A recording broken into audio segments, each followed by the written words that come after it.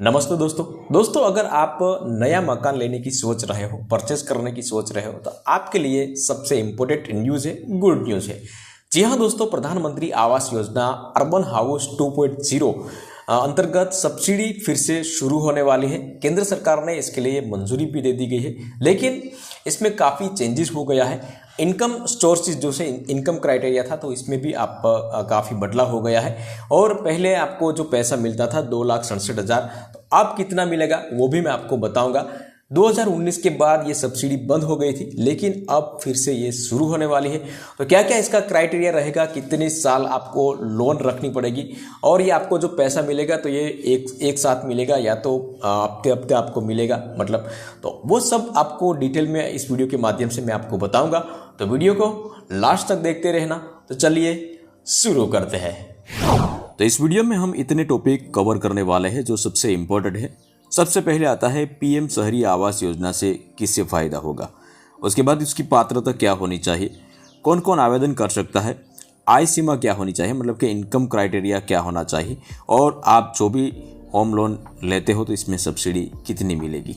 तो इतने टॉपिक हम कवर करेंगे और ये टॉपिक में पूरी स्कीम का निचोड़ आ जाएगा, तो आप लास्ट तक देखते रहिए। प्रधानमंत्री शहरी आवास योजना 2.0 को केंद्रीय कैबिनेट से मंजूरी मिल गई है और पीएम आवास योजना के तहत अगले 5 साल में देश भर में 1 करोड़ घर बना जाएगा। EWS, LIG मतलब के लो इनकम ग्रुप, मध्यम आय समूह, MIG मतलब के मिडिल इनकम ग्रुप से संबंधित परिवार जिनके पास देश में कहीं भी पक्का घर नहीं है, वे प्रधानमंत्री आवास योजना अर्बन 2.0 के तहत घर खरीदने या निर्माण करने के लिए पात्र होगा। तो इसमें एक और ऑप्शन जोड़ दिया गया है जिसका नाम है रेंटल हाउसिंग। प्राइवेट प्रोजेक्ट में अगर आप घर खरीद रहे हो तो उन लोगों को हाउसिंग वाउचर उपलब्ध कराया जाएगा, लेकिन इस बार स्कीम में रेंटल हाउसिंग को भी जोड़ा गया है। इसमें अगर आप घर खरीदना नहीं चाहते हैं लेकिन इसको रेंट पे लेना चाहते हो तो इसमें भी आपको सब्सिडी मिलेगी। कितने मिलेगी वो हम आगे देखेंगे। तो इस वीडियो का या तो इस स्कीम का सबसे इम्पोर्टेंट टॉपिक अब आएगा और इसमें सबसे पहला टॉपिक कहा जाता है कि इनकम वाइज ग्रुप, मतलब कि आपकी आय कितनी होनी चाहिए, ईयरली आपकी आय कितनी होनी चाहिए।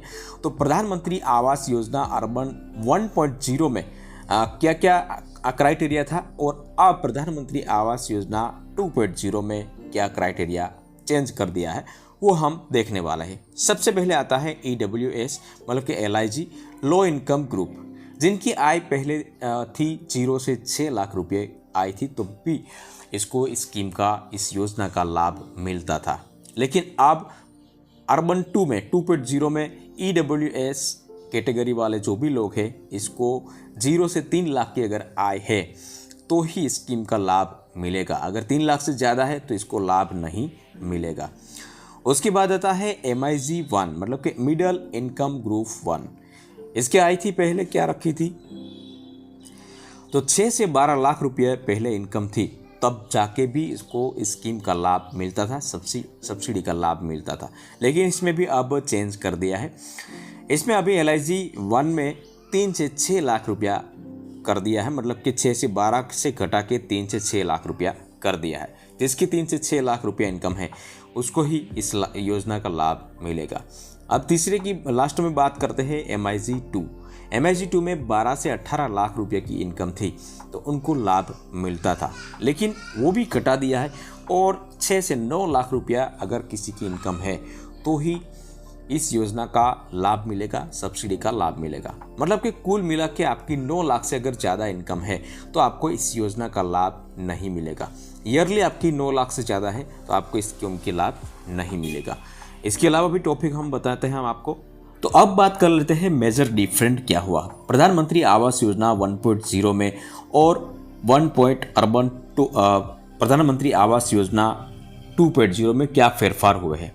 तो सबसे पहले बात कर लेते हैं बेनिफिशियरी लेड कंस्ट्रक्शन, जिसको शॉर्ट में हम बोलते हैं BLC। अब BLC का मतलब क्या होता है तो कोई भी अगर फैमिली हो और वो शहर में कोई भी शहर में प्लॉट ले और उसमें आप अपना आवास बनाए तो इसमें इस कंडीशन में पहले क्या कितनी सब्सिडी मिलती थी, पैसा मिलता था 1.5 लाख रुपया की पर हाउस सब्सिडी मिलती थी। लेकिन अब उसको बढ़ा के 2.5 लाख रुपया कर दिया है। अब आपको कोई भी प्लॉट अगर लोगे और इसमें अपना हाउस बनाओगे तो आपको 2.5 लाख सब्सिडी मिलेगी। उसके बाद आता है अफोर्डेबल हाउसिंग इन पार्टनरशिप, जिसको शॉर्ट में हम बोलते हैं AHP। अब AHP का मतलब क्या होता है कि अगर कोई भी बिल्डर हो या तो सरकार गवर्नमेंट हो, वो कोई भी श्रमिक लोग होता है, मजदूर लोग होते हैं जो मजदूरी करते हैं, तो ऐसे लोगों को अफोर्डेबल पड़े, अफोर्डेबल मतलब कि सस्ता घर पड़े। इस कंडीशन में इस तरह अगर बेंचे बना के बेंचे तो उसको पहले पर यूनिट 1.5 लाख रुपये की सब्सिडी मिलती थी, उसको बढ़ा के अब 2.5 लाख रुपया गवर्नमेंट ने कर दिया है। प्लस में इसमें TIG का भी बेनिफिट मिलेगा। TIG का मतलब टेक्नोलॉजी इनोवेशन ग्रांट, पर स्क्वायर मीटर 1000 रुपया इसको एक्स्ट्रा मिलेगा। अगर कोई टेक्नोलॉजी बिल्डर कोई भी हो, वो आवास बनाते समय अगर कोई टेक्नोलॉजी, कोई लोगों को ऐसा काम हो उस टेक्नोलॉजी को विकसाए तो इसको पर स्क्वायर मीटर 1000 रुपया का बेनिफिट मिलेगा। उसके बाद आता है इन सिटू स्लैब रीडेवलपमेंट। अब रीडेवलपमेंट का मतलब क्या होता है कि कोई भी झोपड़पट्टी हो या तो पुरानी 25-30 साल की बिल्डिंगें हो, वो गिरा के वहाँ नया आवास खड़ा करे, नई बिल्डिंग खड़ा करे। तो इस कंडीशन में पहले गवर्नमेंट 1 लाख रुपया पर हाउस सब्सिडी देती थी, लेकिन इसको अब गवर्नमेंट ने बंद कर दिया है। अब रीडेवलपमेंट में कोई भी सब्सिडी गवर्नमेंट नहीं देती है। तो उसके अलावा फेरफार देखते हैं, तो सबसे चौथा फेरफार यहाँ आता है अफोर्डेबल रेंटल हाउस। अब अफोर्डेबल रेंटल हाउस का मतलब होता है कि कोई भी अगर फैमिली हो और उसको घर खरीदने का इरादा नहीं है, मतलब कि इसकी कोई कैपेसिटी नहीं है जो को घर नहीं खरीदना है, तो वो रेंट पे भी घर रख सकते हैं। और रेंट पे भी घर रख सकते हैं तो इसको गवर्नमेंट सब्सिडी देती थी, मतलब कि गवर्नमेंट की तरफ से इसको पहले सब्सिडी मिलती थी। कितनी मिलती थी? तो 1 लाख रुपया पर हाउस इसको सब्सिडी मिलती थी। लेकिन अब गवर्नमेंट ने इसमें चेंजेस कर दिया है। अब आपका घर जितने स्क्वायर मीटर का अगर होगा तो इसी हिसाब से आपको सब्सिडी मिलेगी। पर स्क्वायर मीटर आपको 5000 रुपया सब्सिडी मिलेगी। मतलब कि अगर 50 स्क्वायर मीटर का आपका घर है तो आपको 2.5 लाख की सब्सिडी मिलेगी। उसके अलावा 5 नंबर आता है CLSS, मतलब कि credit link subsidy scheme. Credit link subsidy scheme जो है तो वो काफ़ी लोगों ने, मतलब कि 70% लोगों ने ये स्कीम का लाभ उठाया होगा और पहले काफ़ी लोगों को मिला है। पहले कितना मिलता था? 2,67,000 मिल जाता था पर हाउस। अगर खरीदो तो 2,67,000 सब्सिडी आपके अकाउंट में जमा हो जाती थी। लेकिन इसमें भी गवर्नमेंट ने अब घटा दिया गया है और कितना किया है? 1,80,000 पर हाउस आपको सब्सिडी मिलेगी। 1,80,000 सब्सिडी जो गवर्नमेंट की तरफ से आपको मिलती है तो इसमें भी एक साथ आपके अकाउंट में नहीं जमा होगी। पहले जो 2,67,000 आपके अकाउंट में तुरंत ही जमा होती थी और लोन जो है वो जिसको भी क्लोज करना है तो वो क्लोज कर सकते थे। लेकिन अब ये सब्सिडी एक साथ जमा नहीं होगी। किस टाइप जमा होगी और ईयरली में कितनी जमा होगी तो वो मैं आपको बताता हूँ।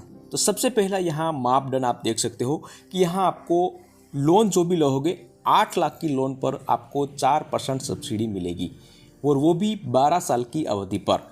मतलब कि आपने चाहे 15 लाख की लोन ली हो या 20 लाख की लोन ली हो, चाहे 25 लाख की लोन ली हो, लेकिन आपको सब्सिडी पूरी लोन पर नहीं मिलेगी। आपको सब्सिडी मिलेगी 8 लाख की लोन पर और 4% सब्सिडी आपको मिलेगी। आपने जितने भी 12% से ली है या तो 9% से ली है तो इसमें 4% आपको सब्सिडी मिलेगी। और 8 लाख की लोन पर 4% सब्सिडी जो मिलती है इसका कैलकुलेशन करोगे तब भी आपको इसका आंसर आएगा 1,80,000।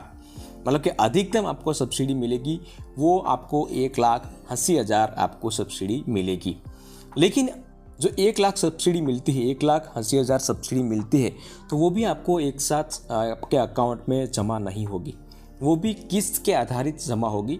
मतलब कि जो 2,67,000 एक ही साथ में सब सब्सिडी जमा हो जाती थी आपका अकाउंट में, तो इसी तरह ये 1,80,000 सब्सिडी आपको जमा नहीं होगी आपके अकाउंट में। इसमें भी 5 वार्षिक किस्त जो है उसके हिसाब से ही आपके खाते में जमा होगी। मतलब कि 1,80,000 डिवाइड बाय 5 करोगे तो आपको 36,000 रुपया हर साल आपका अकाउंट में जमा होगा। तो इसी तरह 5 इंस्ट्रूमेंट बनाया जाएगा और 5 साल में आपके अकाउंट में सब्सिडी जो है 1,80,000 जमा होगी।